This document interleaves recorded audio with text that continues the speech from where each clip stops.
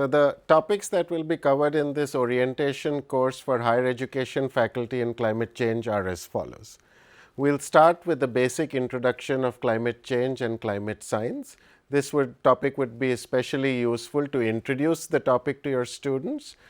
This would also be extremely useful for teachers who are teaching the compulsory course in environmental sciences, specifically the module in climate change.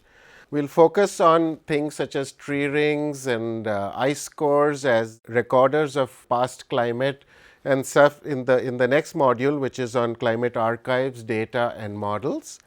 Now, major focus of this course is to be able to distinguish between natural variability of Earth's climate with anthropogenically forced climate change. And in order to understand what are the various factors involved in understanding the climate of planet Earth, whether it be the flux of energy from the sun, the changes in the flux of energy from the sun due to its orbital parameters, the roles of the atmosphere, biosphere, lithosphere, hydrosphere, cryosphere, anthroposphere and interactions between them, we kind of need to understand Earth's past climate.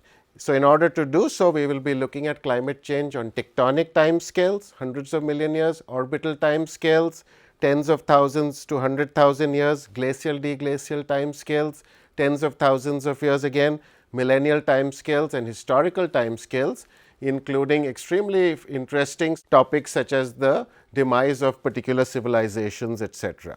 We will focus majorly on modern climate change, and that is global warming caused since the Industrial Revolution. We will then look at future projections of climate change, including mitigation and adaptation.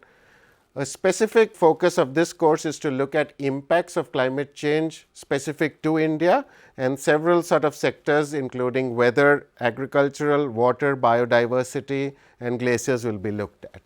There will be modules on policy and governance, both global and domestic, as well as climate change and society. We will finally introduce to you several excellent teaching resources that you may be able to use in your classroom for your students.